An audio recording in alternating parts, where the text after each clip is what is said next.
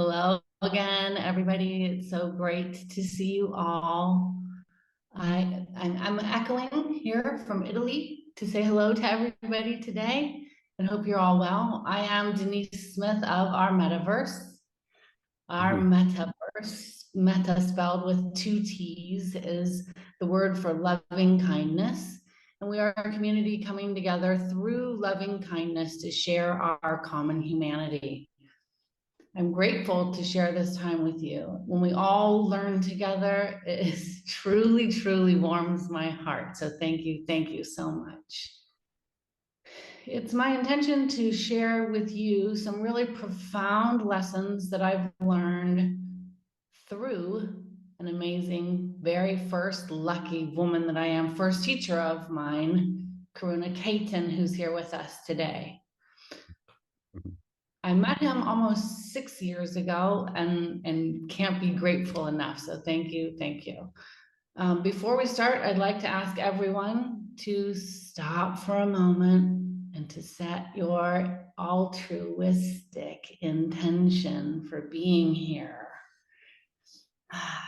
So our intention, we like to call what we will do in our metaverse, and our motivation is why we will do that. And so let's just take 30 seconds right now on our own and set our own altruistic intention for coming together right now, please.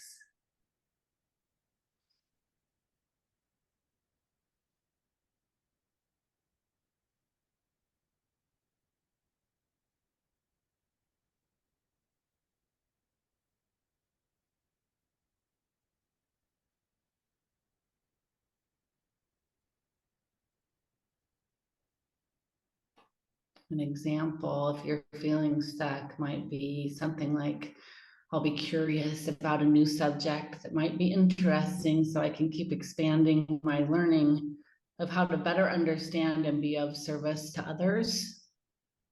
Something like that, maybe.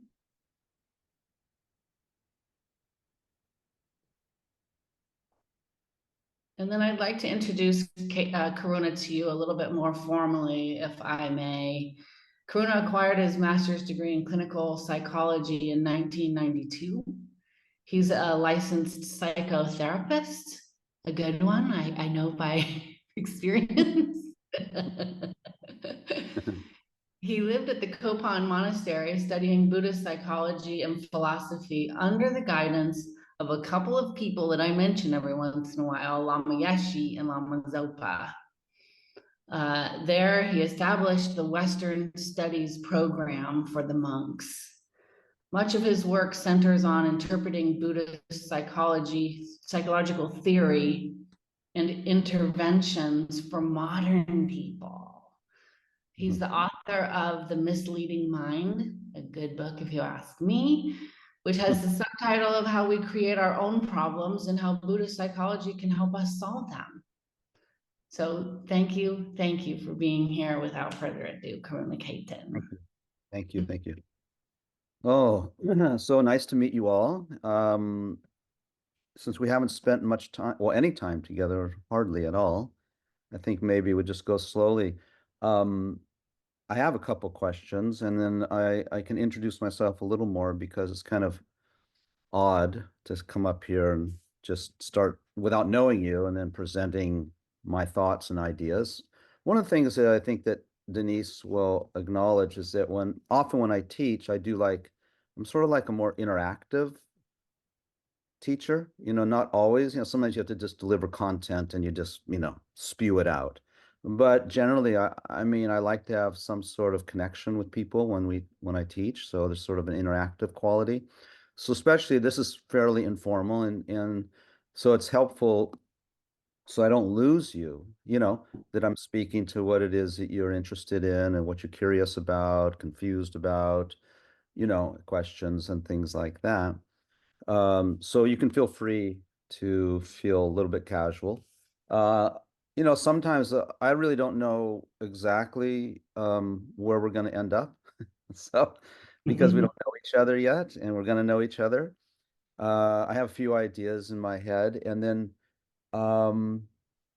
just a little bit little bit of background what is that when I went to I was a junior in college a long time ago, 1975, when I went to Nepal. It was a year in Nepal program, and I had been a hippie Hindu yoga practitioner, and I kind of had a falling out with that, and so I thought I'm not going to go to Nepal. It was the only Hindu kingdom in the world, and now it's not called a Hindu kingdom because the king got assassinated. But so that doesn't work too well for kingdoms. So so I went. So I had a an instructor that said to me, "Why don't you go anyway, and then you can do research on what is real Hinduism, in contrast to the Hinduism that's coming into the United States at that time." And in a way, so anyway, I said, okay, because I really wanted to go to Nepal because I knew it was near India, and I really was into finding a guru. You know, I was part of the Baba Ram Das movement, and, it was like, I was in the psychedelics and all that kind of stuff. So I noticed that Nepal's on the border of India, shares a border. So I thought I'll be able to go sneak across the border when no one's looking and go find my, you know. So it didn't work quite like that. I didn't have to go anywhere. So I wasn't too into Hinduism. And then I was getting kind of behind in my project. It was a year program, and we had to do a research project. And I was supposed to do this thing in Hinduism. We studied intensive Nepalese, and I lived with a Brahmin Hindu family, and complete immersion. And yet I wasn't getting anywhere. I wasn't interested in this project. And there was a little monastery on a hill, not far from the village I was living in, probably a mile away, and I could see it up there. And people would say, and I was getting kind of lost. I wasn't getting started in my project. And they said, well, why don't you go up there? It's a Buddhist monastery, which I didn't know anything about Buddhism, really. And they teach a 1 month course. It's still going on, by the way. So my kids have done the course. I think they're in the 48th course or something like that. I did the 8th course. And I went up and I thought, I'm not going to do this. And I always ask people why they think I was sort of, thinking I didn't want to do this course. I had to go for an interview, and I thought I'm not going to do this. And I often ask people, and no one quite gets the right answer because basically it was because I was so proud of my connection with Nepal, speaking Nepalese and doing all this stuff that I didn't want to go hang out with a bunch of tourists who were going to study Buddhism. That's that. But fortunately, I did. It saved my life. And it was here, 1975, even though it was the 8th course, they were doing a couple courses a year, so it only been open a couple years. And now each course is counted by the year, not only one per year.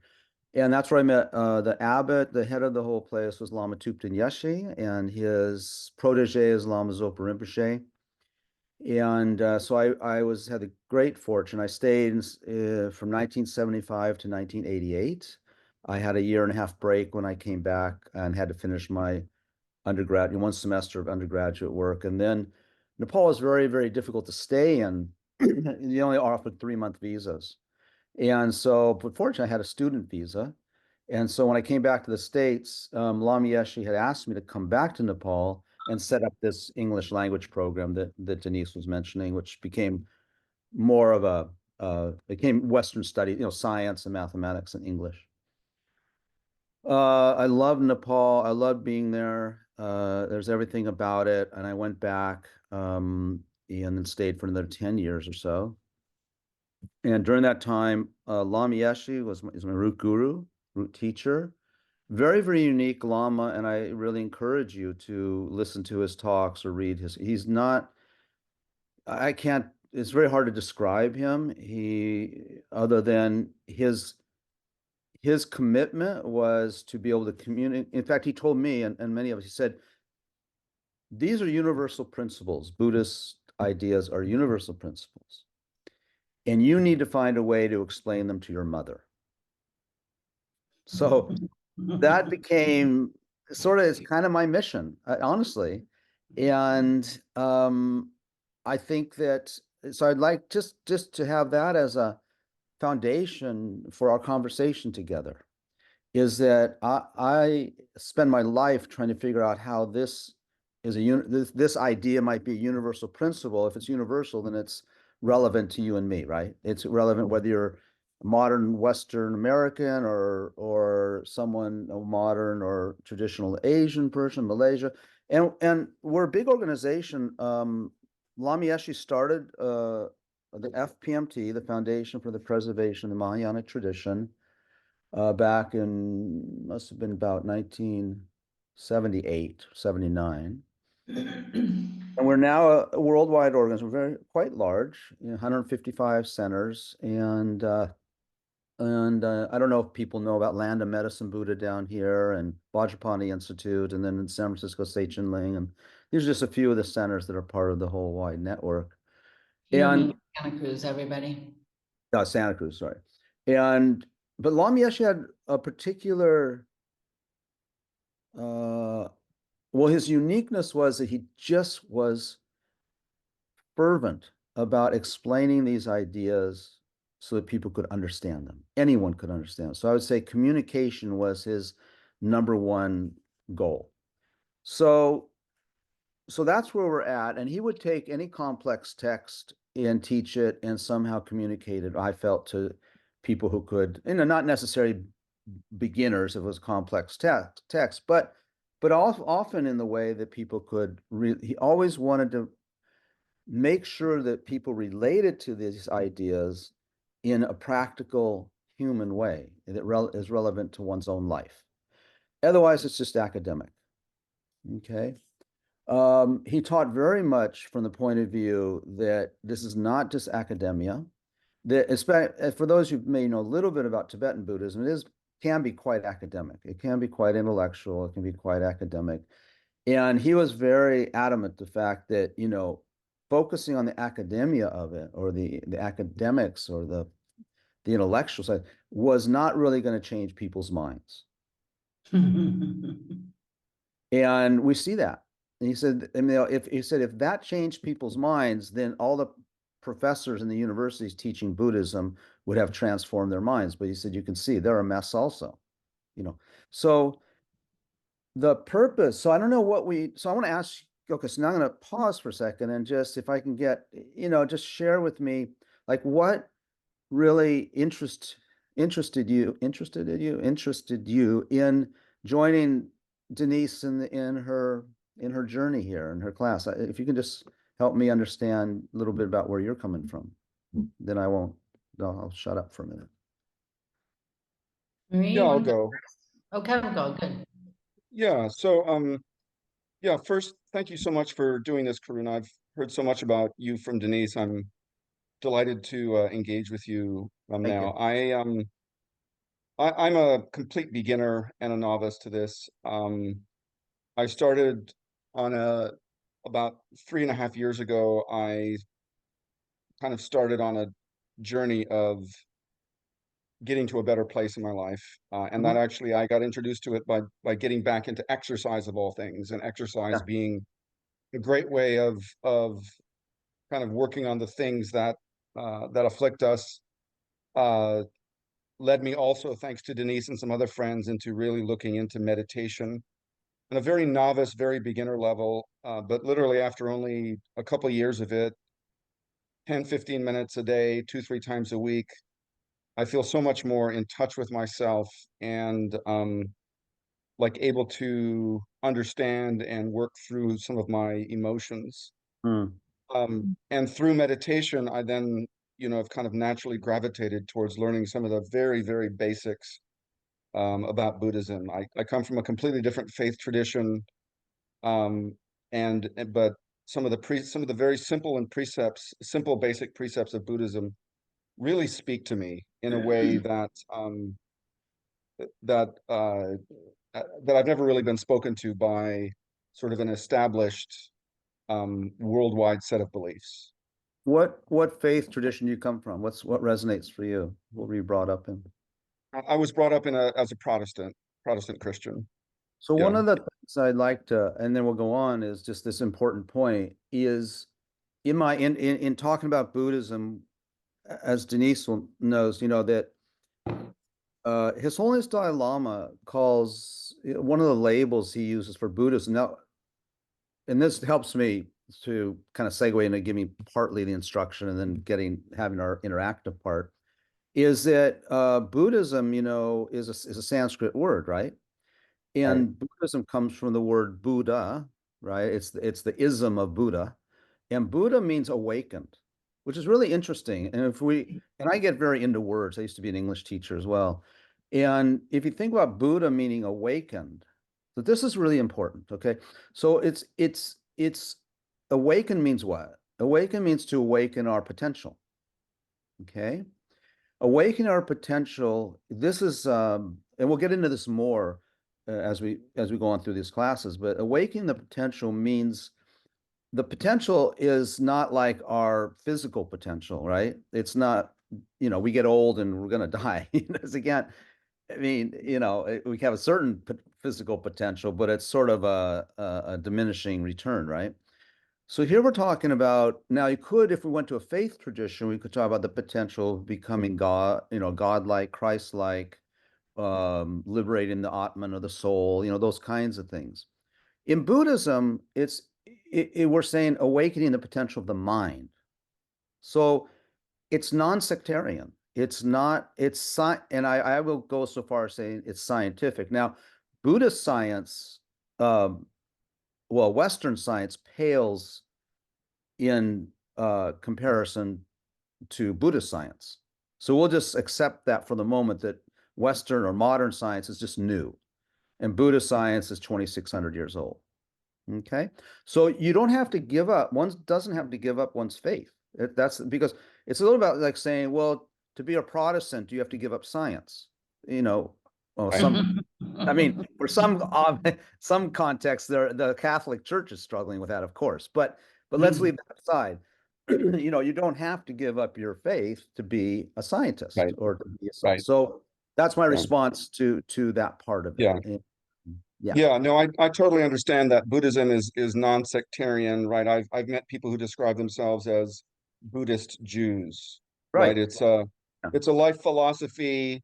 It's not really an established, it's not, yeah, you're right. It's not akin to or a parallel of Catholicism or Protestantism or Judaism. It's a way of thought, a way of life that runs in parallel to other parts of our lives. Yes, and when we think of Christ, for example, Christ was not a Christian, was he? He was like, basically, I would say he was an awakened being. But people around him, and that's what we do, is in order to create meaning, we create institutions that fit our way of thinking. So that happens in Buddhism too. So this is part of what I was going to introduce tonight. Buddhism started in India, but we have Buddhism in China, Buddhism in Russia, traditionally Buddhism traveled to these countries and became embedded in Korea and Japan and Cambodia and Thailand and Sri Lanka and Afghanistan and Pakistan, right? All over. I mean, some of it's faded, of course.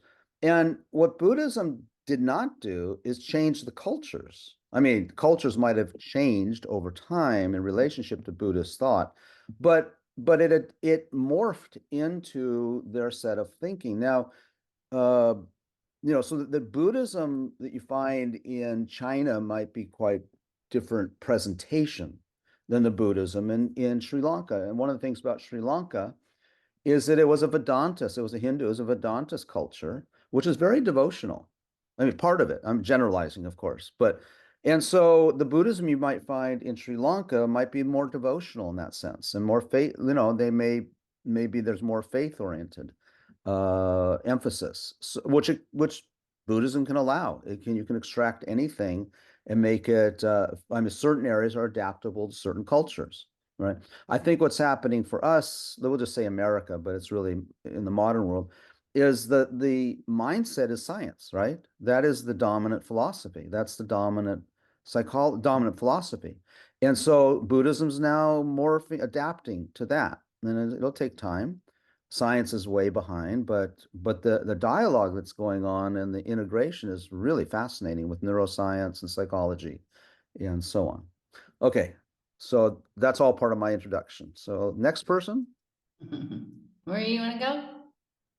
Sure. Hello. Marie, we met before, didn't we? Yeah, We did in Santa Cruz at your office. Thank you for that's remembering. right. Yeah, I was Yeah, wondering if yeah. you remember, but yeah. Denise is one of my dearest friends, and we've been on these journeys together and separate. And when I first started, I was really doing it just to support her, even though I love, I liked meditation. I didn't do it a lot, but I did yoga, and I was really into other kinds of frequency healing, like sound healing and those kinds of things. But I hadn't done a lot of Buddhist philosophy or anything like that. But I was really interested in what she was doing. It was so positive and cool, and I was like, I want to be a part of this, and I really just did it to support her. But then it really started helping me, more and more, and helped us to grow together even more, which was beautiful because it's nice to find something that we both like, which, of course, we always had things in common, but this especially was so bonding because it's such a positive thing to share, to learn yourself and keep learning, and then to share with others, because it's just such a beautiful, positive force to share with the world, right? Yeah, that's kind of where I'm at. And I'm here. Something I'm really interested in is just the nature. When you were talking, I want to read your book. I wrote down The Misleading Mind because I'm really interested in reading that. And one thing I wrote down was I just like the nature of the human mind is so fascinating. Like it's like a thing of its or like has separate parts. And sometimes I have this mind over here and that one over. There's so many interesting things and ways to look at it, and sometimes it's very tricky. Your mind can be so tricky, the way it does things, Yeah. or makes you almost manipulates or whatever, all the Yeah. funny things that your mind can do. So getting a hold of that and understanding it is something I'd really like to do, so that I can understand myself better and others, and just be a more balanced and centered person. And I've noticed that the more that I do this type of work, the more I feel connected and grounded, and I feel a lot more compassion towards others, and then that's something I want to do. It makes me want to be of service more, and it makes me feel good about myself and other people. So I am Really interested in the Christ consciousness. That's something I don't know exactly what that means, but I know that I want it. I want to attain. I don't know if I'll ever get there, but I know it's a goal for, I think a lot of maybe the monks would like to, or maybe they attain that. I don't know if I ever will, but I'm going to try, so. Okay, I'm with you. I'll try with you. Okay. Yeah. Thank you. Wendy, you're my next box in the romper room screen. Okay. I'm totally dating myself. Hi, Sorry, guys. Karuna. Hi. I was on a call with you during COVID one time. It was a Oh. while ago. Oh. Just What you and was that, Niece? We did Yeah, we did a video a series. long time ago. Oh, I forget the name of it. It was Talk to the Buddhist Therapist or something like that. And we were talking Ask the about Buddhist therapist. Yeah. it was something like that we did with Yeah. Karuna during COVID. And those are available. By the way, Karuna is at karunacayton.com. And he's also available all over the internet and with YouTube. Yeah. You search his name. But anyway, sorry. Okay, cool. Thank you for doing that. I forgot about that. Yeah, it was really good. And I think that leads into one of the reasons why I'm here, because we talked about anxiety around COVID and how that was kind of filtering down into my kids because we had a small business and it was so scary. And then, and so you really, that's what was my question to you during that time, is like, how do we handle Oh, yeah. that anxiety? And that's one of the reasons why I started doing, I really started with the Calm app. Oh, yeah. And I do it every day. And I kind of started during COVID because of my anxiety my thoughts were really racing and through the roof. And so that's what I started with, was the Calm app. And I still do it every day. And it really helped me a lot. And I learned a lot through that. And then I don't know if you know, but I'm Denise's cousin. So I've known her since the day I was born. Hi. And, That just told you. we share. I didn't mention that. Well, yeah, I guess I did.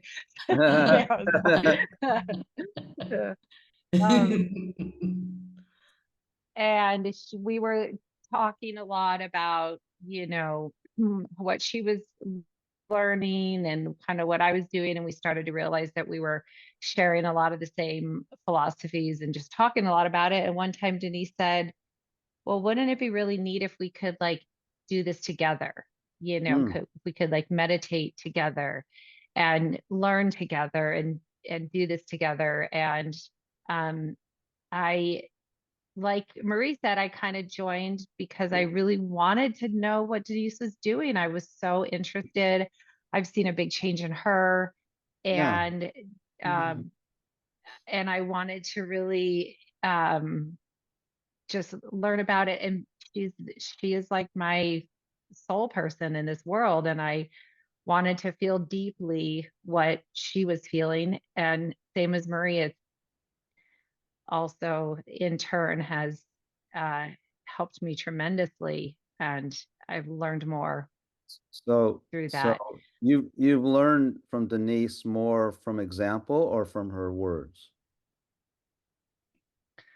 Um, I would say example. Okay. The reason I Um, asked, it was a loaded question because I used to beat her uh-huh. up because she used to go around lecturing everybody and trying to convert them. And I just keep telling her, why are you doing that? You don't need to. And I told her the story. I don't know if it's in the misleading mind. I told her about when I returned after a little while being in the States, I got an internship at Stanford, as a psychotherapy internship, and I had to get a new car because I was commuting from Santa Cruz to Stanford. And so I hadn't, remember that though we didn't have internet then. We had classified ads, right? So I was looking for a Mazda, and I was driving from Santa Cruz to San Jose, and I had the paper out looking at the address for this used Mazda. And right above M is L, right? Hijkl, LM. And it said Lexus. And I didn't really know what a Lexus was. But it said Lexus, and it was like a price that was not outrageous. I think must have been used or something. It's a 5-speed. So I thought, well, I'll stop by there on my way to get this Mazda or to look at this Mazda. So I went in there and I'm walking around the what's it called? The lot there, and no one's coming up to, there's no aggressive salesman or woman coming up to me. And so finally I went into the office. I said, oh yeah. And this guy says, yeah, I'll help you. Let's go take a look. And he doesn't say much. He says, well, let's just go for a drive. And we went somewhere around Stevens Creek or something. We started driving. I said, no, let's go on the freeway so you can see, the performance of this car. Like it was a 5-speed, and he wanted me to get into the fifth gear. And then he says, okay, get off here because a good kind of sharp turn. You can see all these corners. He's having fun. I'm having fun. We go back to the lot, and he comes over to me, shakes my hand. He says, well, if you have any questions, I'll be inside. And I'm standing there going, what kind of salesman is this guy? Right?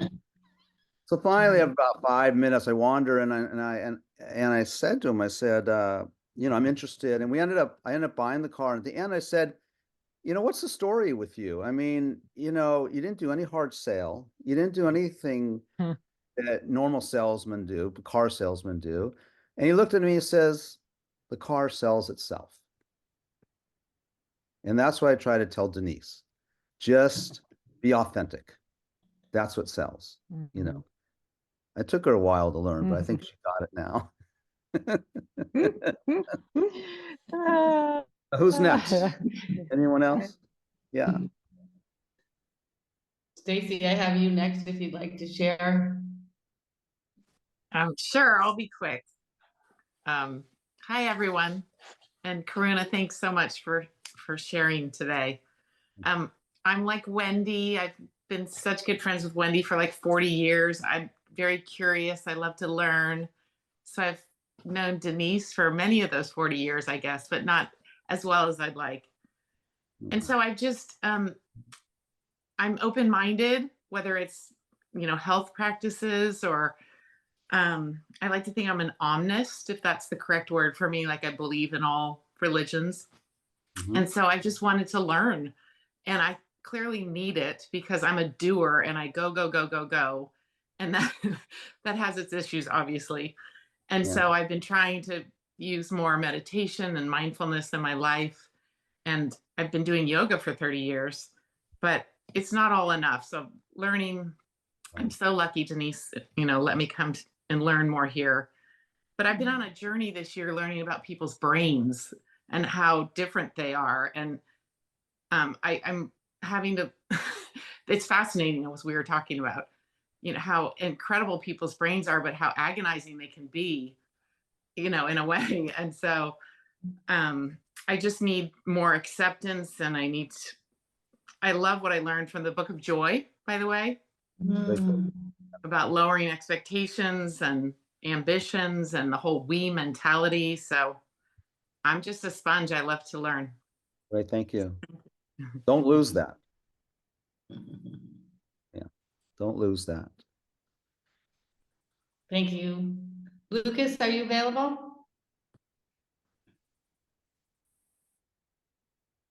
I am still driving, but I can talk a little bit. Mhm.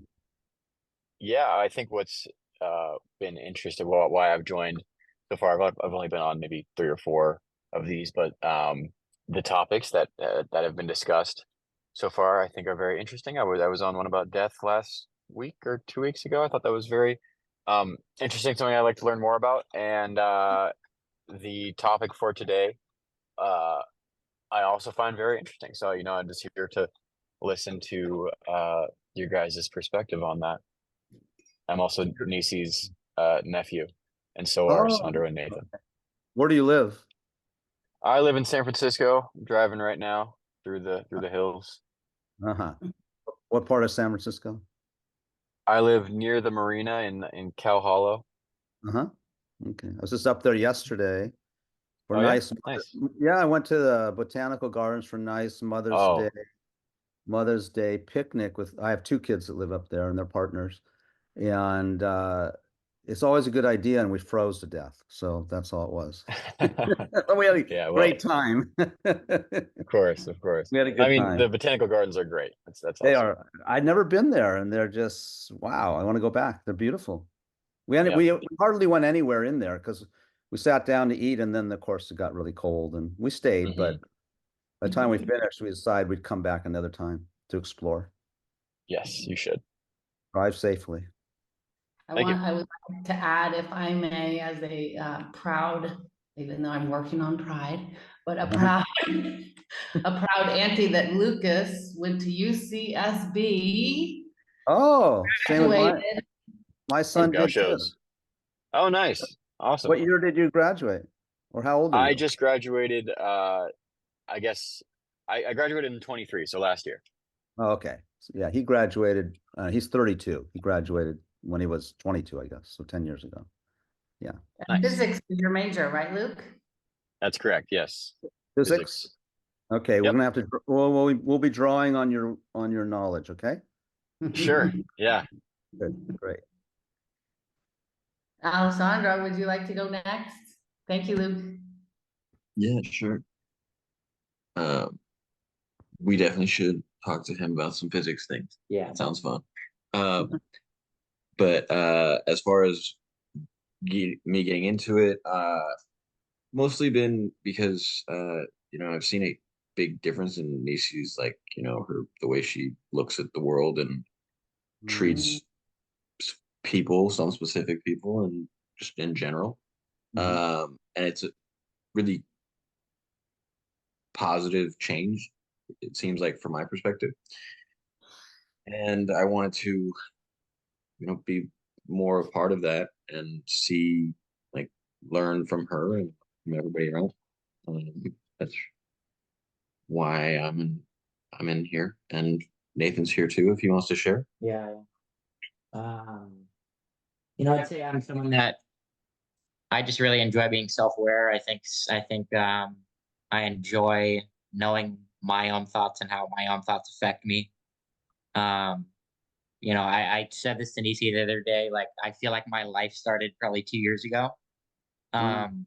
When I don't know, I'm now able to be aware of myself, and I understand how I am the person who I am now. And you know, I'm interested in life. I'm interested in these different perspectives, and the things that matter to me honestly line up with the stuff that Nisi says about Buddhism. And a lot of it is self-awareness, and I'm really interested in that stuff. And also the nature of reality. I mean, we were talking with Lucas the other night for like a while about like physics and stuff, and just like everything. I'm just really interested. Great. Thank you. Thank you. Rachel came in after we started a little bit. She was putting the babes to sleep. Rachel Oh, comes to us from Florida, Karuna. okay. Later there. Thanks, Denise. Yeah. Okay. I just got him down anyway, so We'll Yay. stay. loved listening in. So hi We'll be quiet. guys. I've got the headphones and I just won't laugh too loud. Oh. Yeah, no, a little bit of my story. I got to meet Denise when I was living in Hawaii, and she has just such a presence about her of unconditional love, and she is such a light. She just doted on our family. We had probably one of the best Christmases ever, all together, her family and mine. And when she asked me to, hop on a call and see what she was up to, I was absolutely delighted to venture in on this journey with her together. And as the months have progressed here and what she's cultivated, this incredible community, just sharing in wisdom and life experiences. And I love being a part of it. I like to share and learn, absorb, and also offer, my own experience in life too. So just grateful for it. I'm grateful for the community, and again, just that unconditional love of Denise. She's just such a joy. So thank you for being here tonight, and look forward to hearing your wisdom as well, sir. Thank you.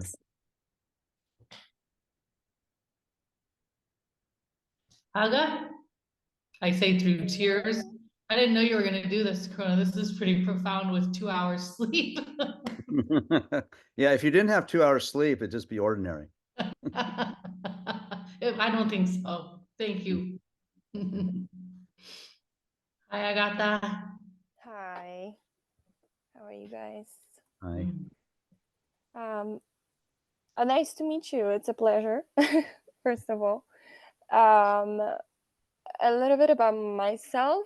So I'm Denise's co-sister-in-law, and my nephews told me about the meetings. So I decided to join.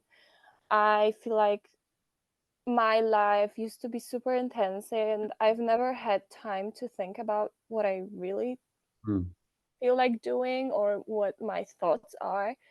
And a little bit over a few months ago, I've come to a place where I felt like I'm facing a wall and I don't know what to do with my life, and I couldn't allow myself to even hear my voices and find out what I want to do in life. So I started therapy, but I was still so frustrated to I was ready to try anything to sort of like reduce my pain and really become more self-aware. And so I was happy to join the meetings, and obviously all the topics that Nisi brings during the meetings are extremely interesting for me, and they're very valuable. So I love to learn more, and also happy to be here while you also share your knowledge and your wisdom. So I think that's it. So what's helped you the most over the last 2 years? Honestly, I feel like talking to people has been very eye-opening to me, because I would hold everything to myself before that, and I felt like the level of frustration let me sort of like just release everything and just say whatever I need to say, and like talking to my family members and my nephews, and just like analyzing the issues and any thoughts has been very helpful. So I feel like these meetings also allow me to just like put my thoughts out and think about them. So Good. that's definitely very helpful. Good. Or pretty interactive format, Karuna. Right. Right. So that's everybody right at the moment? Thank you. Thank you. Thank you. Very, very helpful for me. You know, because like I said, that why I take a somewhat of an interactive approach is because if I were clairvoyant, maybe I wouldn't need to. I would speak to everyone with exactly what they wanted to hear and exactly would know what they wanted. But since I'm not, I got to rely on sort of my own judgment, right? So when Denise asked me to give at least 3 talks on the nature of reality, um, I always say this about whatever topic someone asks me to talk on, I always say it's my favorite topic. So you shouldn't take this too literally the nature of reality is my favorite topic. That one might be close to my favorite. But what I mentioned to her is that, well, nature reality it is what I could say is the most profound topic in Buddhist philosophy and psychology. But when I say most profound, I don't mean in some arcane way, but as in terms of importance. So everything that you might read or study or practice that's related with Buddhism, and I'm going to say this very strongly, is all related with the purpose of understanding the nature of reality. And you know, we don't hear that from the beginning, right? I mean, depending on what there's many Buddhist traditions. We might study this one, Zen or Theravada or mindfulness, or you know, but the question, and I think that, you know, if we hit the reset button, which is I'm going to ask you to do, Denise didn't tell me I could do that, but I'm going to do it anyway. The reset button is, and I really very seriously want you to think about why you're doing this stuff. Why are you doing it? And I mean, many of you just said now what's motivated you. But it's quite interesting when you think about why we do what we do, isn't it? And as a therapist, I found one of the most interesting questions, not so much questions I would ask directly, but that I'd be looking for, is when I would interview clients or whoever, people, I felt that everyone had a philosophy of life and most people didn't know it. And by philosophy of life, here we are alive, right? I mean, here we are living. I mean, it's unbelievable, actually, when you think about the miracle that we're here for. I mean, the miracle that we're alive. And we can talk about that at some point for a couple hours too. But the miracle, so it's interesting when you think about, and I can't say this about the people, you all, but in general, of the 9 billion people, people just sort of live, don't they? You know, they just sort of live. They go to work, or they go fishing, or they go whatever it is that they need to survive. They go out in the fields. I mean, most people don't have the leisure and luxury that we have, right? You know, most do live in poverty, and so they're just it's hand to mouth kind of thing. But why? Okay, why do we do what we do? Why do we do what we do? Why do we go to a mindfulness class? Why do we go surfing? Why do we go to the fields and work? Why do we go visit our grandchildren and our children? Why?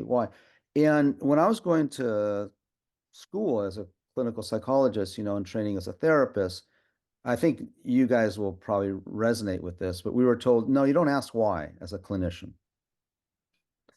They were talking to the wrong guy, because, you know, I mean, I had already spent 14 years studying Buddhist philosophy and psychology, and it's all about why, isn't it?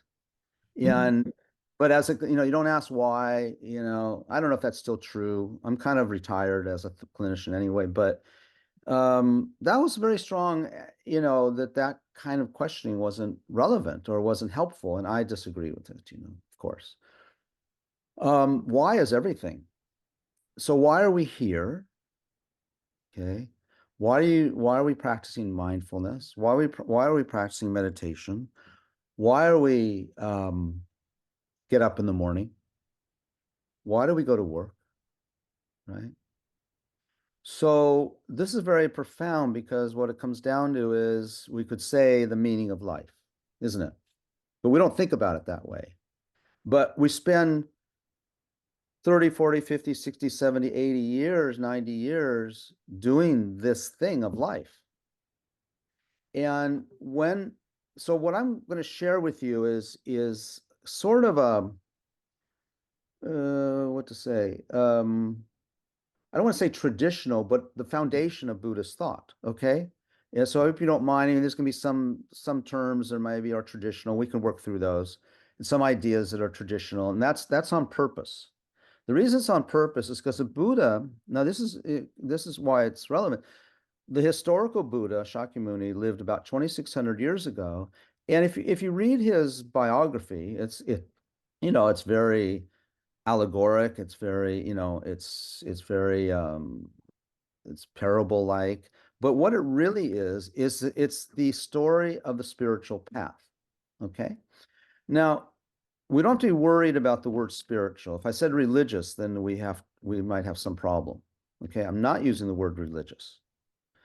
I'm using the word spiritual path. Now, what do I mean by that? Well, of course, many people have different ideas about spiritual path, everything from who knows. Now, I'm going to give you my definition that we're going to work with when I use the word. Spiritual means, to me, if one is practicing, well, spirituality, in this context, what I mean is that there is a potential within our being, in our humanness, that is untapped. Okay. And that potential is unlimited. Okay. So when we go back 2,600 years ago, and Buddha was just an ordinary guy, just like us, and he just was dissatisfied. And he was curious. He was a natural philosopher, obviously. And he said, well, I got to figure this out. And that's really the story of Buddha, of Shakyamuni Buddha. Okay. And so he was just like us, in the sense that he was living in this palace, just like many of us are in the lap of luxury, really. We're very, very, very fortunate. I don't know where everyone is, but for the most part, we're not in Gaza. We're not in Gaza. We're not in Israel. We're not in Yemen. So many places we could be. The majority of places, no, I shouldn't say majority, so many places we could be, which would be very, very troubling, right? Very, very big troubling. And the quality of our human life, the potential. So all of us are sitting here, and maybe we don't know it, but you're going to know it now after this class, that there is this potential within each of us that is this quality of awakenedness. So what Buddha did, he set out as a young man, 29 years old or something like that, and said, discovered, first he discovered that he had this unlimited potential, and then he actualized it. And then, by the way, we can actualize our human potential. That's the spiritual path. We would say the Buddha is no longer on the spiritual path. He's attained it. Okay. So that spiritual path, which was very refreshing to me when I was coming from Hinduism, because in Hinduism, it seemed like you're either liberated or you're not. It's the only two choices. In Buddhist psychology, in the Buddhist path, it's us and the fully awakened being, but then there's this thing called awakening. Okay. That's a spiritual person. It's very simple. And this is my definition in terms of the Buddhist context. A spiritual person is someone who is accessing his or her inner potential, interested in developing it, and trying to discover how. That's all. That's all. So it's not that a particular intervention or practice is Buddhist. This is really kind of an important thing. Meditation is not Buddhist. Mindfulness is not Buddhist. Prostrations are not Buddhist. Tantra is not Buddhist. Nothing is Buddhist except the attitude. Okay. So mindfulness, everyone's doing mindfulness now. Yes, mindfulness as we know it in the Western world or whatever, did come from Buddhism. But people change, they how to say this? So don't mistake the technique for the thing.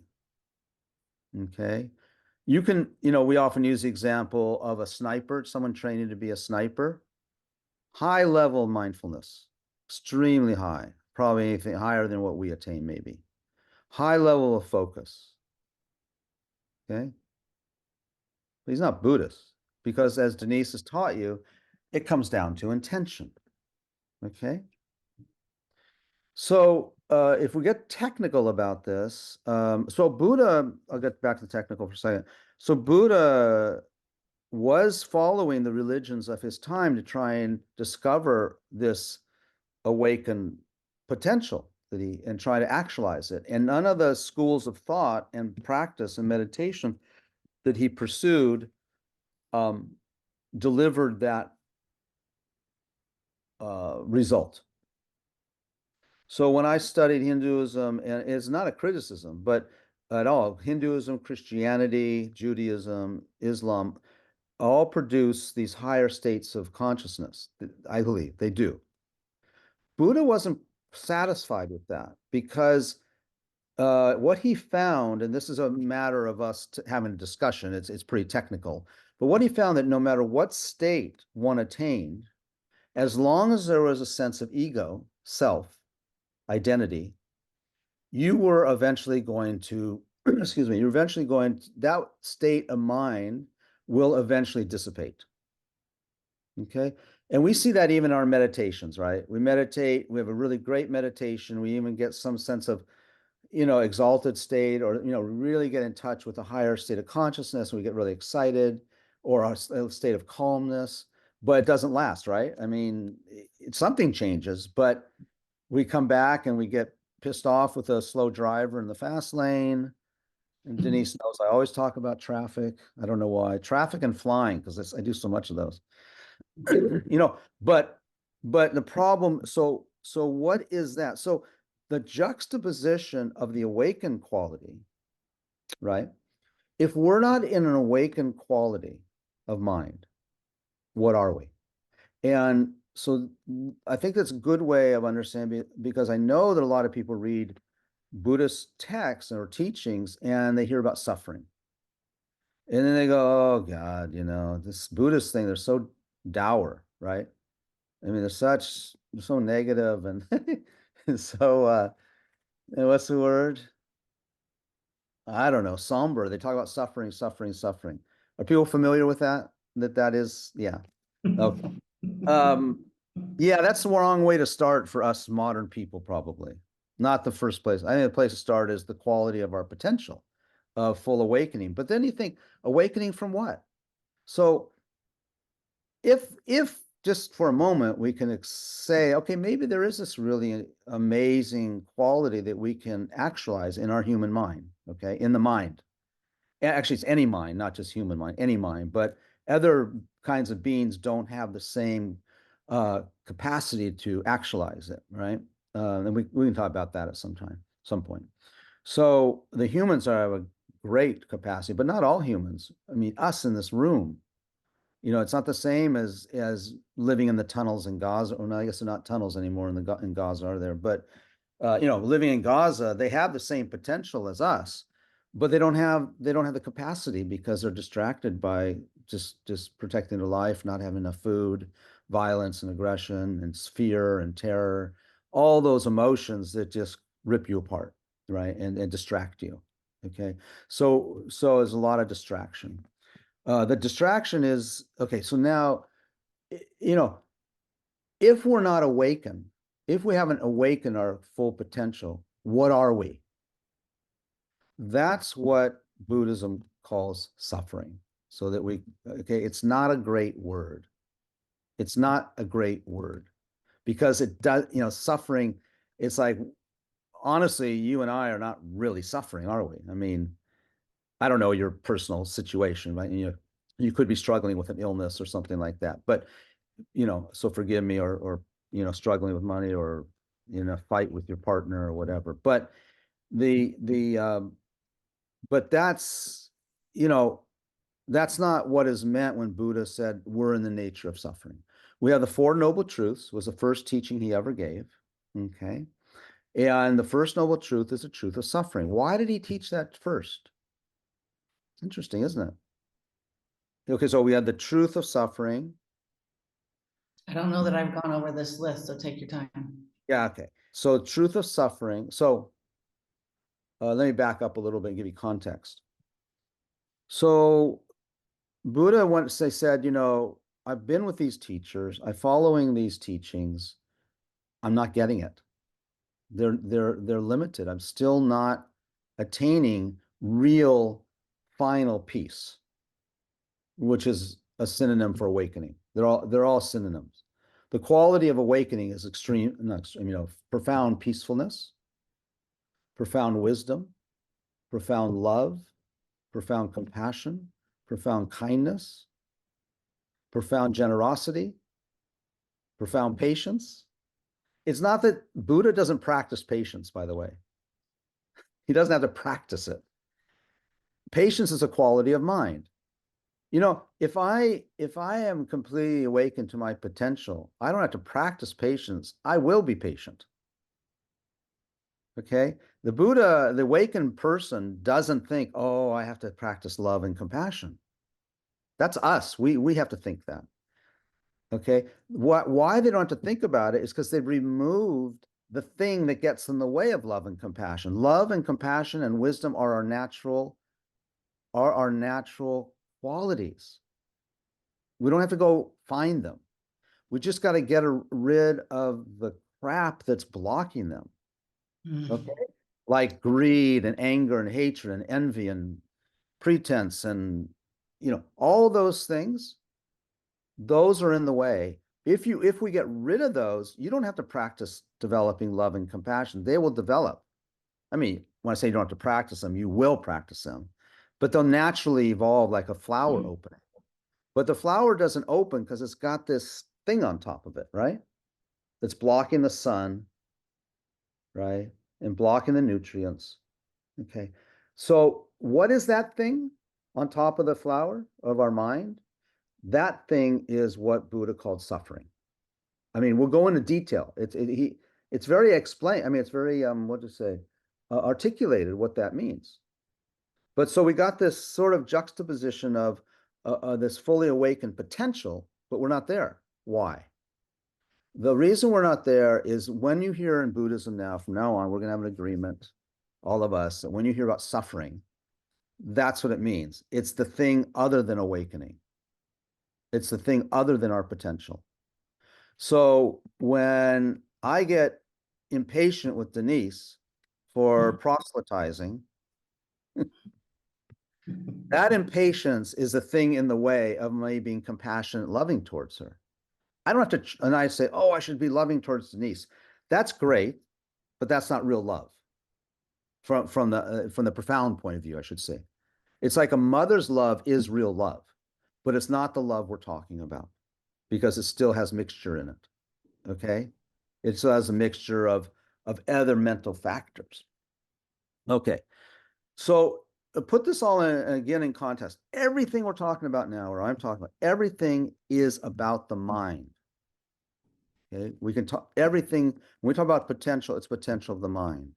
When we talk about suffering, it's the suffering in the mind. Okay? It's not the suffering of Gaza, unfortunately. That is suffering. But when you really think, what's the suffering of Gaza? Really, what do you think? The suffering of Gaza are people's experiences. If you take all the people out of there, there's no suffering. Right? I mean, of course, there's destruction and all those things, but there's no suffering until you put a person there. Does that make sense? So Buddha, okay. So Buddha. May I interrupt, please? Yeah.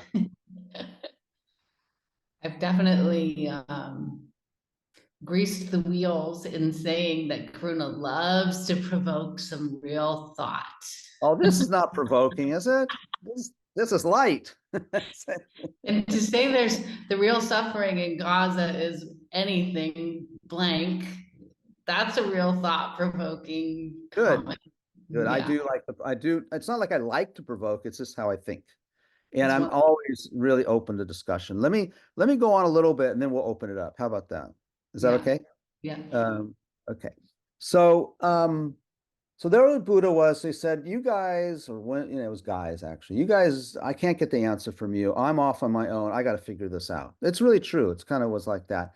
And then he went off and he had tried prior to that all these different methodologies, all these interventions, asceticism, deep, profound meditation, by the way. He was very, very advanced meditating, but he still didn't actualize his potential, awaken his potential. Then he went and he said, I got to figure it out on my own. And that's when he sat under the Bodhi tree and figured it out, okay, through a deep meditation. Now, what happened next, and I'll stop this part of it after this, is what happened is important. So what happened was he had these 5 friends that he had been on the path, going to all these different teachers with, and then he left them and they sort of abandoned him, saying, well, he's like a heretic now because he's not practicing these teachings. He's going off on his own. And so, when after he attained awakening, they came upon him and they said, wow, something is different about him now. Okay. And so they started asking him, what did you find? And he didn't speak. Okay. And not only did he not speak, he didn't speak for 7 weeks. And he was asked repeatedly, tell us what you discovered. And in his mind, the way the story is told is that this is too profound. I can't even put it into words, which makes sense, right? It's like, when you fall in love with somebody and then someone asks you, well, can you tell me what what is love? And you use all these metaphors, right? It's an experience, right? Or if you have an experience on, walking in nature, right? And you just get that aha experience. And then someone says, well, tell me, what was it? And you can tell them you were walking it, but you can't really explain the experience, can you? Experiences are really tough to explain in words because words are limited. So he went for 7 weeks. Then finally, out of compassion, I think they say the gods told him, it'd be better if you did teach because then people can try and understand. And then he taught for 40 years or something. The first thing he taught what was called the Four Noble Truths. And the Four Noble Truths are the truth of suffering. So he started with that one. The truth of the cause, like what causes suffering. In other words, okay. And then the third was there is awakening, there is nirvana. Okay, so that's the third one. So that was the hopeful one, right? And the fourth was, and there's a path to get there. So I've not always thought, but I thought it was very fascinating that why didn't Buddha teach the third noble truth first, the truth of nirvana, awakening? He didn't. And I think this is very important for us sitting here because we don't like the suffering part. But what he taught first, the truth of suffering, was the basically was saying you need to know what's going on or else you're not going to be motivated. You're not going to understand how to get out. And then once you know it, because you don't see that you're in the nature of suffering. And we don't, in the way he meant it. We don't. I mean, someone who's, in an extreme, like in Gaza or, of course I'm generalizing, okay, Gaza or maybe with afflicted with a severe illness, they'll say, yes, I'm suffering. Okay, but what about everybody else? Buddha was talking about everybody, including ants and mosquitoes and hawks and eagles and, all the countless sentient beings. They're all suffering. Okay. I know I was with a friend a couple months ago and yes, I play golf. That's my confession. And we were out playing golf and he said, see, and there was a hawk circling in the sky. And he said, see, that's what I want to be my next life.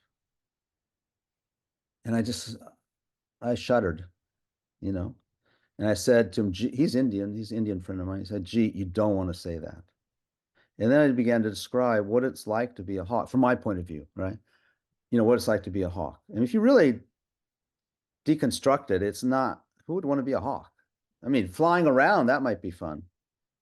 But to go for weeks on end without food and then having to eat food raw and you have to hunt for it and you never find it and then you're alone all the time and there's all kinds of things. I wouldn't want to be any animal that I can think of actually. But anyway, that's the romantic idea. So I'm going to stop in a second. We can have a conversation. But when we talk about the Four Noble Truths, this is quite important. So remember, it's the truth of suffering, the truth that all that suffering has a cause, the truth that there's an end to it, which is labeled nirvana or enlightenment, and then the truth of a path out, a path to practice. Okay? And that's the core. Everything in Buddhism is related to those Four Noble Truths. And I want to say, why do they call them noble truths? Is that this, I didn't know this for many years, that when someone has insight into reality, which is our topic for these 3 classes, right? When someone has insight into reality, from that point forward, when I say insight, I mean direct perception. I'm not talking about intellectual understanding. It's something happens in your meditation or as a result of your meditation. And direct insight, before direct insight, there is conceptual insight. So your direct insight's mixed with concepts. But this is also very profound and very, it shakes your world, they say. But then gradually you'll have the direct insight into emptiness or into reality. That is, when you have that insight, you are then called an Arya being or a noble being, okay? So really the Four Noble Truths are the truths that you will see when you have direct insight into reality. When you become a noble being, what will stand in front of you in your vision, in your mind, is everything is in the nature of suffering. That everything has a cause to it. That there's a possibility of nirvana awakening, and that, there's a path. So when we meditate or think about those Four Noble Truths, we're not actually thinking about them in their proper way, if you want to put it that way. It's all we can do. But when you have direct insight into reality, when you open your eyes and open your mind, everything changes. And if I ask you, what do you see? And you say, Karuna, all I see is suffering. Now, again, not the suffering of Gaza, not the suffering of cancer. It's, okay, and I'll stop here. It's the suffering of ignorance. Ignorance is the #1 diagnosis. There are no other mental disorders that you have to worry about. They all come from ignorance. Ignorance of what? Ignorance of the nature of reality. Okay? And I want to give you a definition because this is important. The definition of reality, because you probably never thought about it, and I'm giving this to you because this is the topic of our talk. So we better define our terms. Is the definition of reality is that the way something appears to us is the way it exists. Very simple. So when we're watching, like, David Copperfield make the Statue of Liberty disappear, right? If you're familiar with him, or David Blaine, or who are these illusionists. In your mind, intellectually, that Statue of Liberty couldn't have disappeared, right? Have you seen it? People seen any of his shows where he does this? Yeah. Yeah, so the Statue of Liberty didn't disappear, but you go, well, it's not there. Okay. That's not reality, right? Because what's appearing to you is not what really exists, right? What's appearing to you as a disappeared Statue of Liberty, So now we're going to the deeper level explanation. That's sort of a metaphor. So when everything that we look at, everything that we taste, everything we smell, everything we physically feel, and everything we hear, and you're not going to like this one, everything we perceive with our mind, like our thoughts and dreams, all of it doesn't exist the way we see it.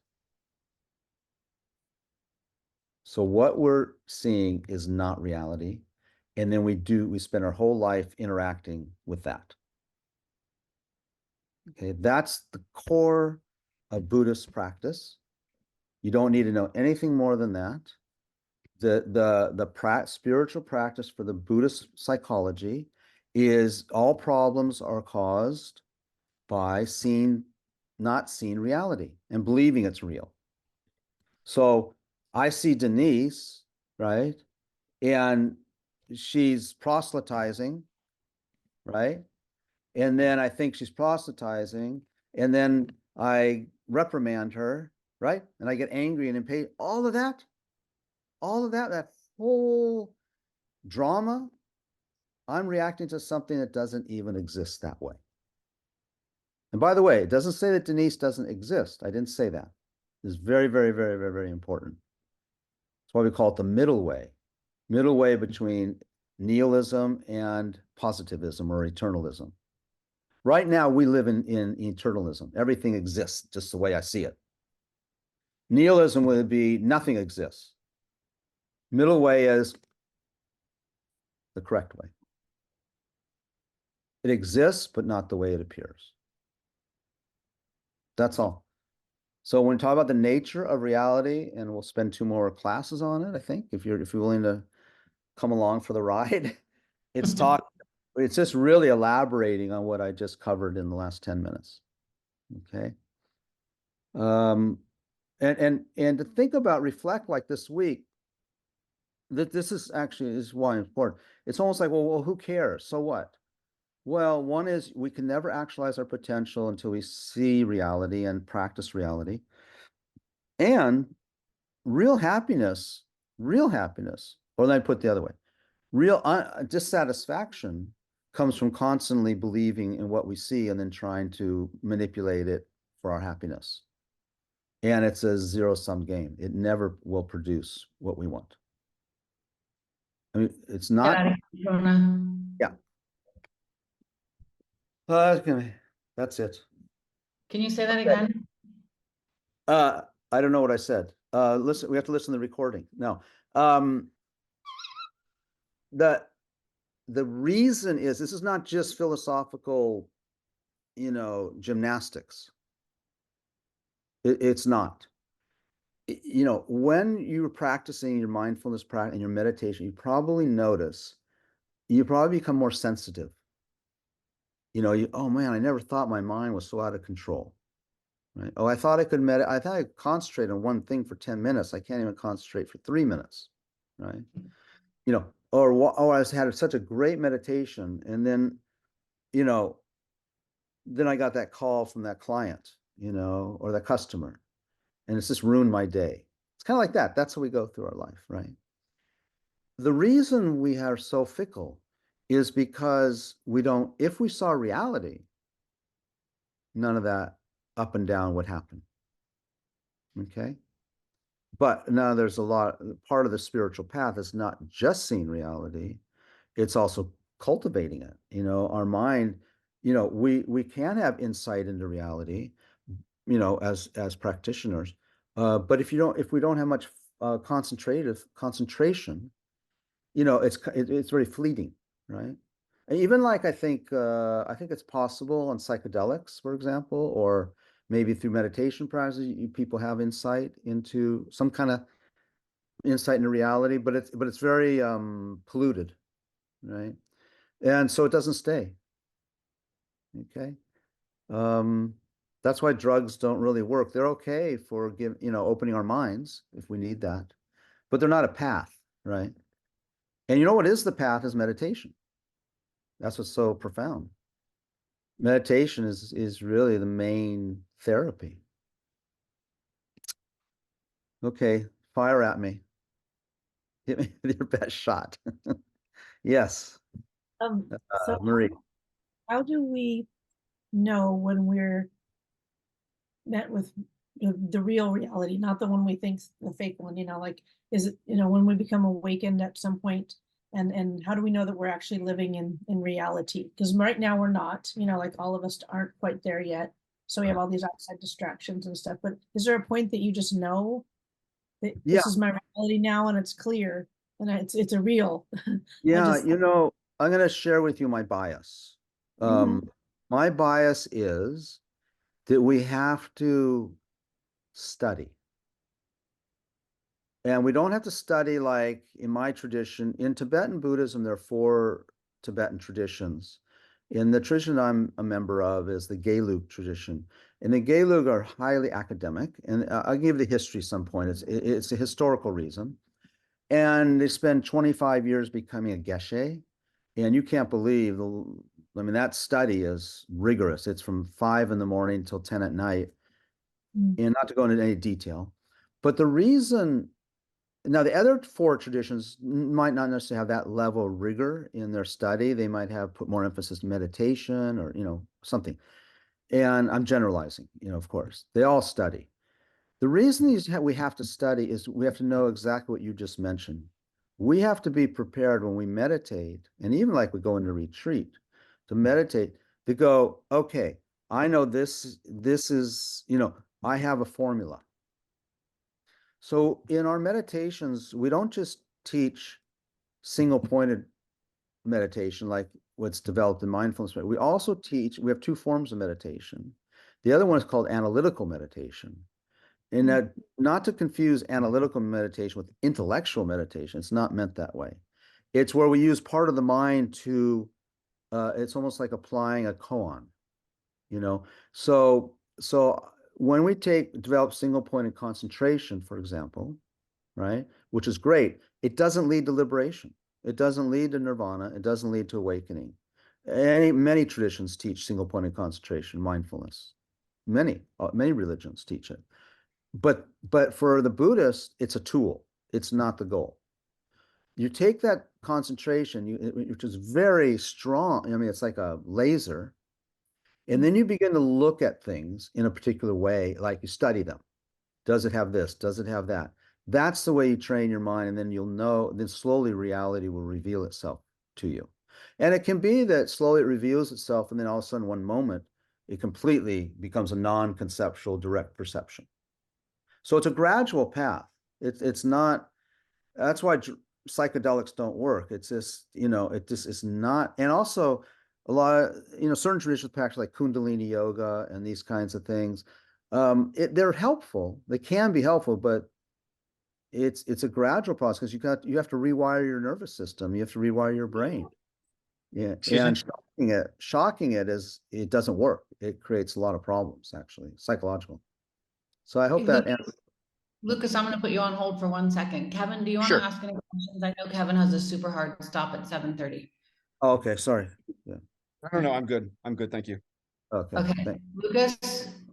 Yeah, I just wanted to ask if you could repeat that, the part where you talked about using meditation as a tool to Right. then receive. Can you, just say that again? I don't know if I got it. That's okay. No, that's fine. Good question. So our minds are habituated over, now I'll throw a little religious thing at you. Well, not really. It's in our belief system, not just belief, but the science of the mind says to us that this is not our first life. We've had countless lifetimes. It's a stream of consciousness. And we can talk about that more later, but the reason I bring it up is our minds are habituated, right? So it's like smoking. If you ever smoked or were a smoker, the mind becomes habituated to smoking, doesn't it? And then it sets off these cues that you need to have a cigarette or whatever. You need to have ice cream. It doesn't matter. You got to go run. So our minds are habituated to being distracted, right? So when we really think about what is the practice of Buddhism, fundamentally, it's mind training. It's retraining the mind to be different. So as we really analyze, Lucas, that we'll see that my mind is so distracted I can't accomplish much at all. So if I were to say to you, for example, after this class, I want you to meditate on, I want you to meditate on, without your mind moving, I want for 1 hour, meditate on the nature of suffering. It's hard, right? I mean, not only we have to know kind of what's Karuna talking about suffering, but if I brought any profound topic that maybe is familiar to you, and I just asked you, focus single-pointedly on that for 1 hour. In Buddhist mind training, focusing single-pointedly on any topic does train your mind. It does have a power. It does have the effect of training your mind, and we have thousands of topics, literally. So, like for example, like death. Someone brought up about death. Death is a very strong meditation practice for us. So when I say, so what we do, for example, with death, is you need to generate an experience that death is definite, for example, because we walk around like death is not definite, right? We don't think we're going to die. If you say intellectually, you say, oh yeah, I know I'm going to die. I'm not talking about that one. I'm talking about the natural instinct when we walk around. We do not walk around with the attitude, I can die and I can die any moment, right? We don't have that kind of awareness. So if I asked you, Lucas, do me a favor and just meditate, get the aha experience that your death is definite. You're definitely going to die. And you can have that and you get kind of like goosebumps, It's like, fuck, I'm going to die. Then what? And so when you get that, I want you to focus on that for 1 hour. Okay, if you're like me, you can't do it, right? That's what I was talking about. So that's the mind training. You need single-pointed concentration to do that, which is what mindfulness practice is all about, developing single-pointed concentration. I asked Lama Zopa Rinpoche, on my own teacher, he passed away a year ago, and I asked him once, or someone else asked, I didn't ask, someone else, what he thought about mindfulness practice, because it's real big in the West now. You know what his answer was? Mindfulness of what?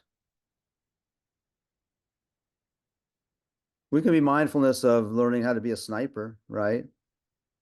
That's mindfulness, Brad. We can be mindfulness how to be a good cook, And you watch chefs, really people who are chefs. I mean, they're like focused, Okay, is that clear?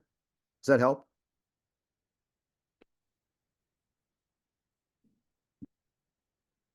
You're muted, Lucas, but I see your lips saying yes.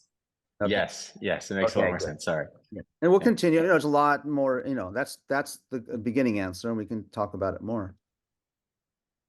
That's my opinion, by the way. Yeah. Can you just, either Nice or Karuna, can you type in the chat your teacher's name, Lama Yeshe? Because I want to look that person up, but I don't know how to spell it.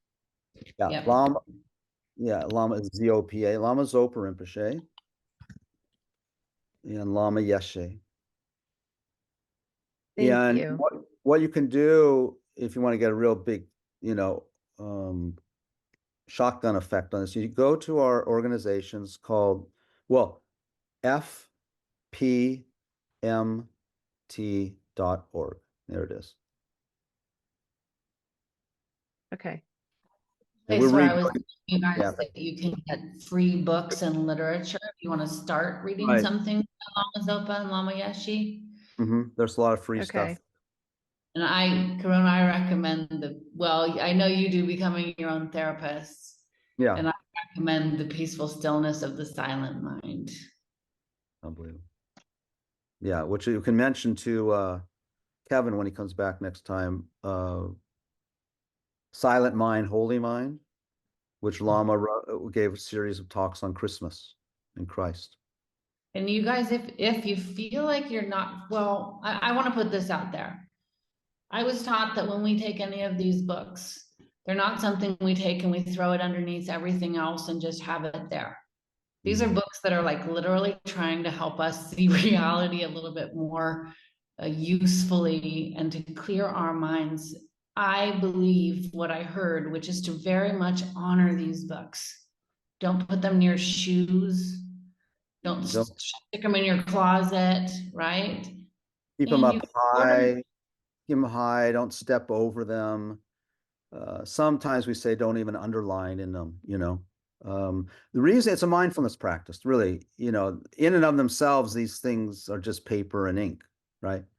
But in order to train our own mind, if we treat them like, Time Magazine, or what, I don't know, Time Magazine's still around anyway, that the idea is for mind training is to treat those things that help your mind, keep them with more respect and that sort of thing. It's not very common for us in the West anymore, right? We treat everything equally. But thank you, Denise.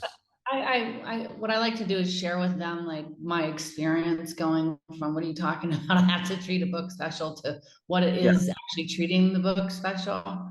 And I find myself like taking the book that's with me and making sure it's on the top of the pile of any other books that I have. And that reflects back to me this regard for my own mental clarity.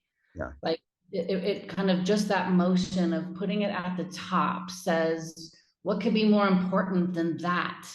Right. Right. Yeah. Or mind here, right?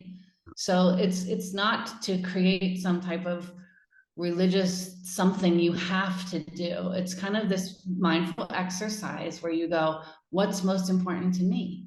Yeah, it's for you, right? The book doesn't care, right? There's no sin.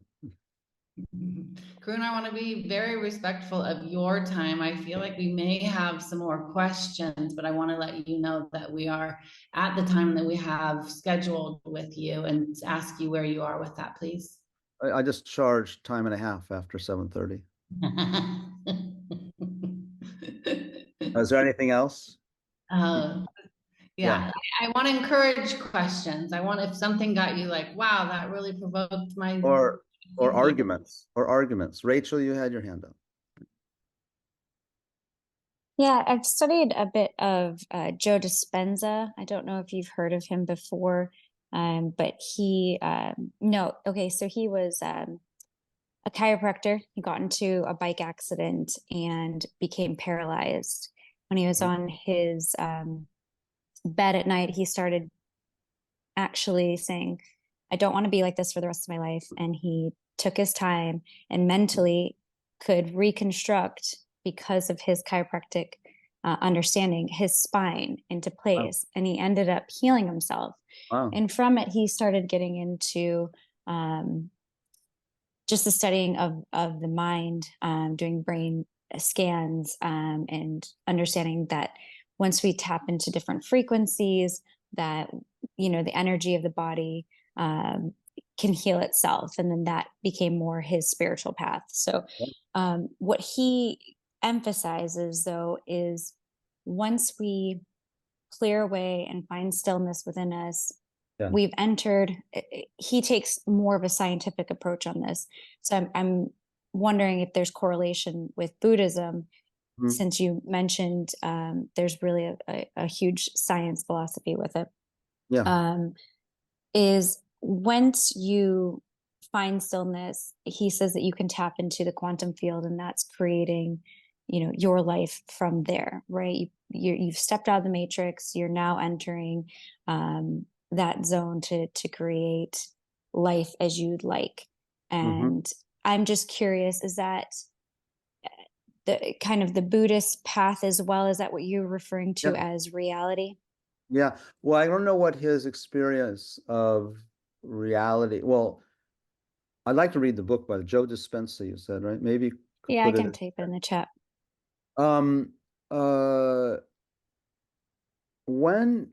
That's a great question. Why? Okay. So there's all these side benefits of when the person, meditator in this case, or the practitioner, begins to investigate and pursue reality, the nature of reality.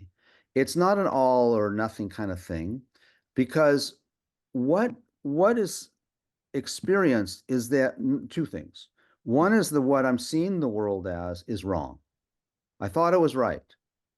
It's completely wrong. It's like Lama Zopa Rinpoche, who had direct realization of emptiness, maybe even attained full awakening, used to say it's just an hallucination. And he would see that. He would see it.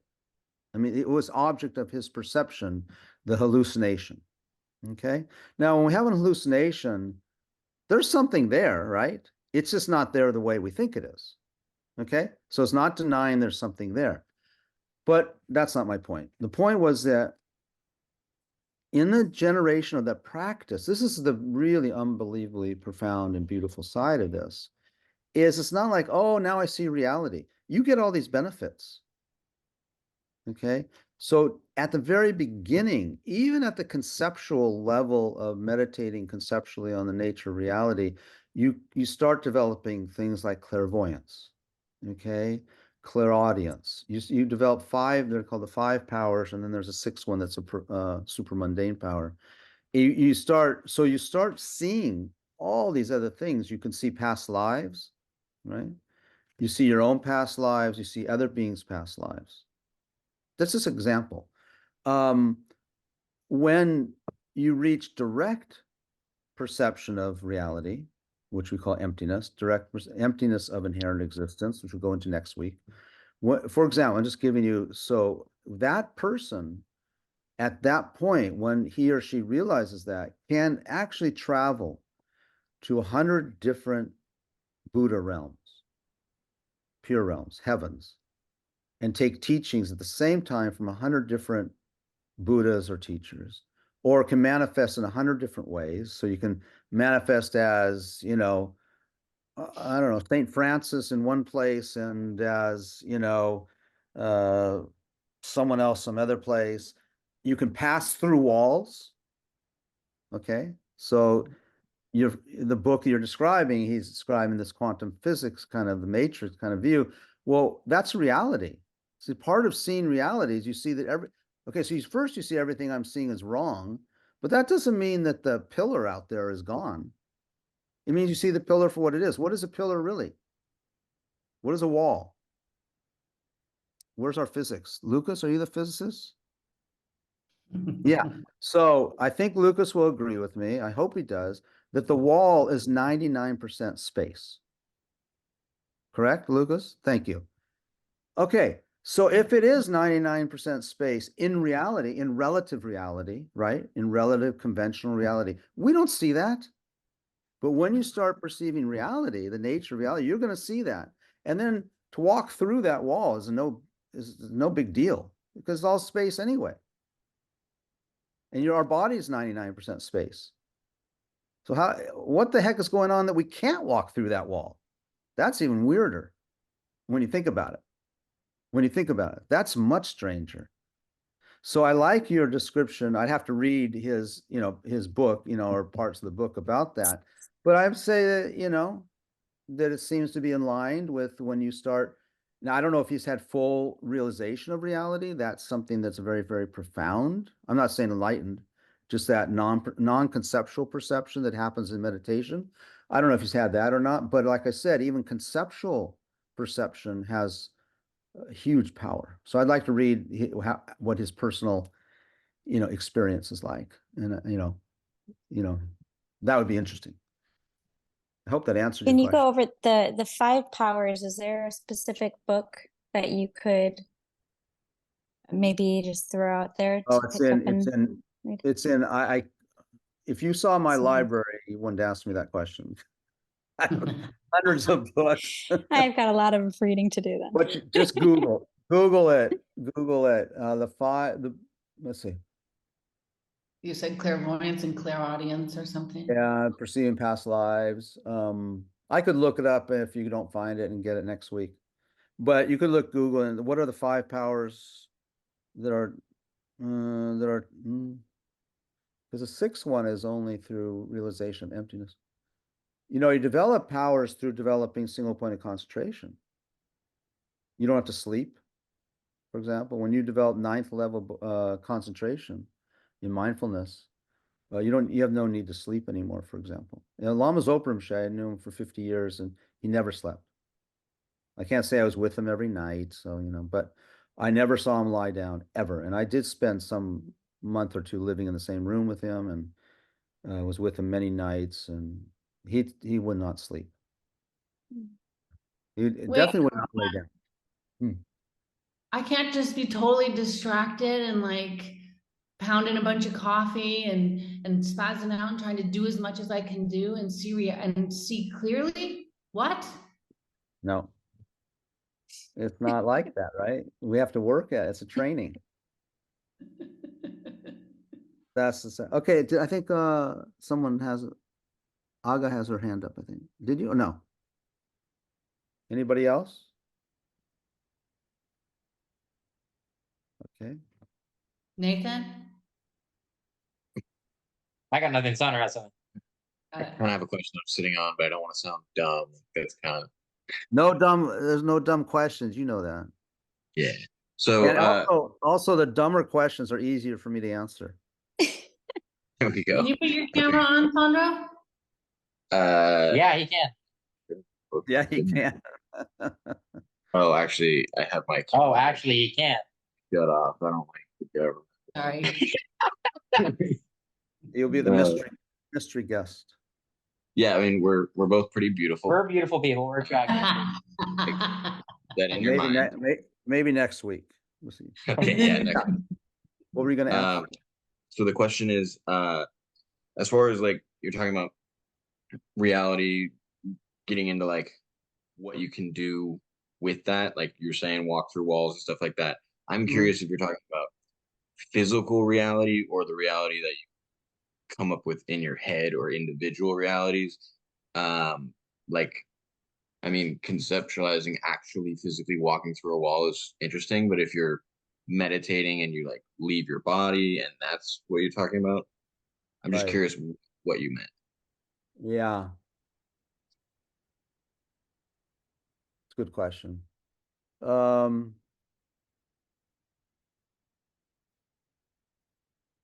Well, I'd say both. You know, from what I read, from what I study, I think it is possible that, I mean, if I were to ask Lucas, like if you look at your body, Lucas, the physical body, conceptually, in order to answer this question, conceptually, can that pass through a wall? Conceptually. No. Okay, why can't it? Why can't it? If it's mostly space. Because there's electromagnetic forces holding together atomic structures, and they create solid objects. Mm-hmm. Whoa, that was profound. So those electromagnetic forces, how is that any different from cement? Not much different. Mm-hmm. So in those electromagnetic forces, they're in the nature of form, right? They're atomic, right? Yep. So if they're atomic, there's space between the atoms, right? That's correct, yes. So still this wall with cement is still mostly, it's made of atomic material, but there's mostly space, right? That's right. Why can't you walk through it? Because the atoms are. But wait, hang on, sorry. Okay. What's stopping us, maybe I'll just jump to the conclusion. What I think is, so what stops us from walking through the wall is because the way we perceive our body and the way we perceive the wall. If we perceive the wall in the way that it exists conventionally, meaning in its more subtle state, and our body the same, isn't it feasible that we could walk through it? So isn't it? I disagree. That's okay. My question is it the concept that we see solidity that prevents us from walking through the wall? Is it just physical or is it mental? That's what you were asking, right, Alejandro? Yeah. There's the beautiful ones right there. The beautiful ones. Okay. So to answer my question is, to be provocative, because Denise says I like to be, is it the perception of the solidity of our body and the wall that prevents us, or is it the physical material that prevents us?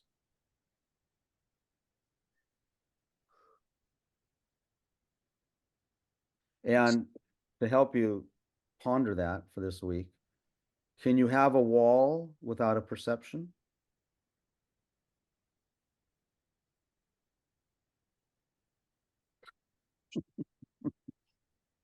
Can you have a wall without a perceiver? If you cannot have, I say, you cannot have a wall without a perceiver. And if the perceiver is seeing it a certain way, then that limits that produces one set of realities. If the person sees it a different way, because there's an interdependence, does the wall exist by itself, or does it exist dependently on your perception? You don't have to answer it because I haven't taught that part yet. Okay, that's where we're going. Okay, that's where we're going next week a little bit. By the way, this topic that Denise gave you about the nature of reality, it forms a tremendous amount of the texts that we have in our canon. There are 300 volumes of, no, sorry, 100 volumes of texts that the Buddha himself are directly his words. And there's, I think, 300 volumes of commentary. And to read the Buddha's words, just them alone, compared to the Bible, I think it would take, I think I read it'd take about 40 days, day and night to read them out loud, fast. So it's a lot of material, and a great deal of the material is on this topic, okay? Is on the nature of reality. Do you have one last question in there? Someone? No more? Aga, were you gonna ask something? I feel like I wish I had questions, but I'm just trying to analyze it all, and I can't think of a question, to be honest. It's so simple, isn't it? Yes. And I don't mean to leave everyone behind in this sort of philosophical, gymnastics. That's not my point, but it is a good thing for us to strengthen the quality of our understanding, and the quality of our introspection. And that's what will lead to your developing your awakened quality. Okay, I just want to say that is the side effect. Okay, so if you think, oh, it's just a bunch of intellectual crap, I understand why you might feel that way. It's not meant to sound like that. Denise asked to have a class in the nature of reality for a reason. And if it was just simple as, it's not a simple thing. When I said earlier, countless lifetimes we've been seeing it differently. We've never seen reality. So how would it be easy to have a 1 hour class and and then understand it? Our minds are conditioned to not believe. So even that we're sitting here together is amazing, and with openness. That alone is good enough. Really, that is good enough. Okay. I wore my Good Enough Dear shirt last time. Oh, did you? So I do apologize if it got too intellectual or too heady. Next week, I'll try to keep it that way, but it is a very profound topic. It is the most profound topic in the world, probably. So it's like for Lucas to try to explain quantum physics to us, we really want to understand it. And he would be wrestling with, explaining it in a simple way, maybe, because it's not a simple thing. It's profound. On the other hand, I do want to share with you that it is also simple. Okay, it is also simple. You kind of go through this complexity and you come out the other side and there is a simplicity to it. Okay, so if you just bear with me, and I'll try not to leave you behind. We'll try our best to get to the simple side. Okay. And I want to offer to everybody, again, just from my experience, this isn't something that we have to learn it all and then we get to know and then we get to feel a benefit from. It's like as we learn, we go, oh, and you get this benefit, and that benefit opens up the ability to see the next subject or that same subject with a little bit newer frame of mind or perspective, where you're like, oh, that now I know. There are plenty of things that Karuna has brought up, or for example, Lama Zopa, the very first thing in a teaching called the Lam Rim is to, what is it? What is it, this life? What do you call it when you let go of this life? Renounce this life? Renounce this life, okay? I read that I was like, oh, I'm going to take the stages of the path with Lama Zopa. I'm going to go through this every day, and I'm going to be like done at the end of the year. And I read that, did not understand that. And I'm 2 years later finally going, oh, that's what he might have been saying. Yeah, Okay. you know, just so you, I mean, almost 50 years ago, well, it's 49 years ago, I ended up in Nepal and studying. I still study this all the time. Okay.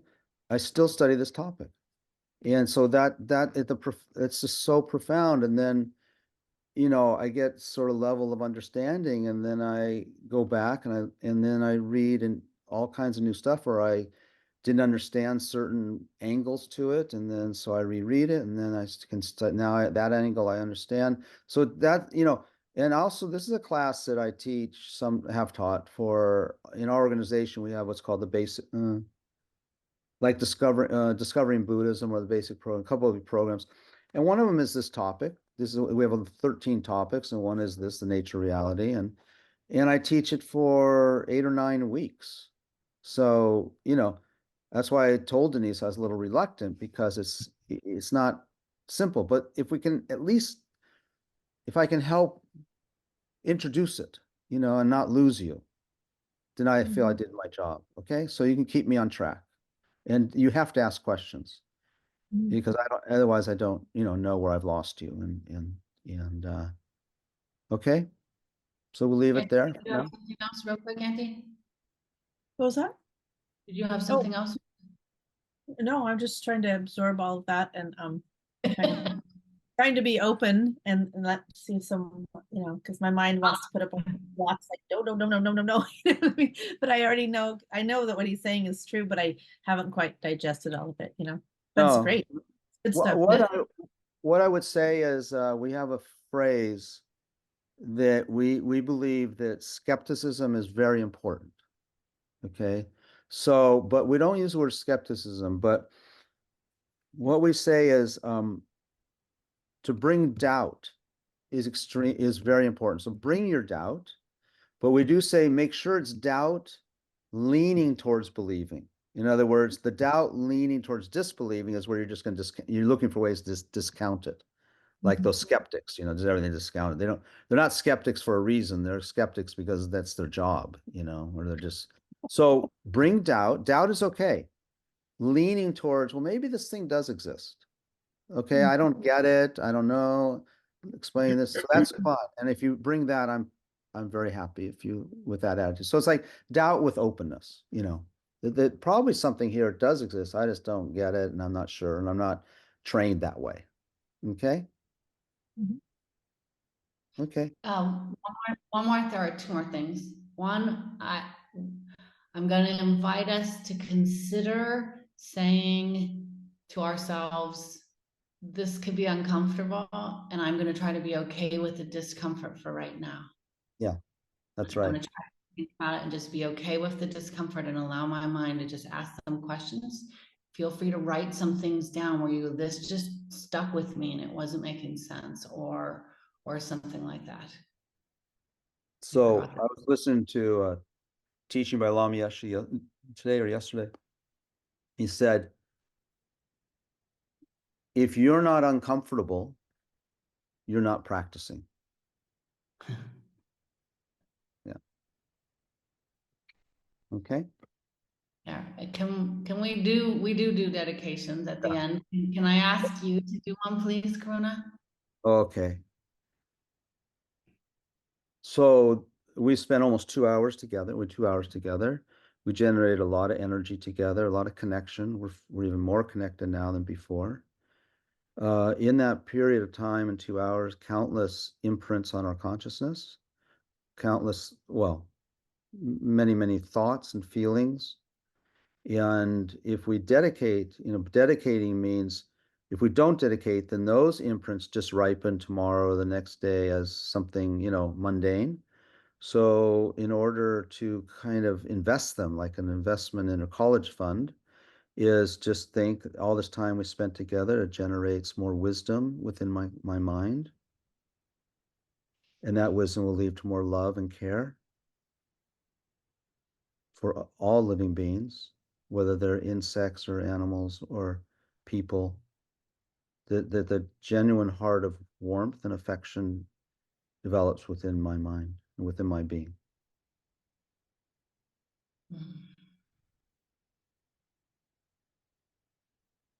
Okay, thank you. So great. See you So next great. week.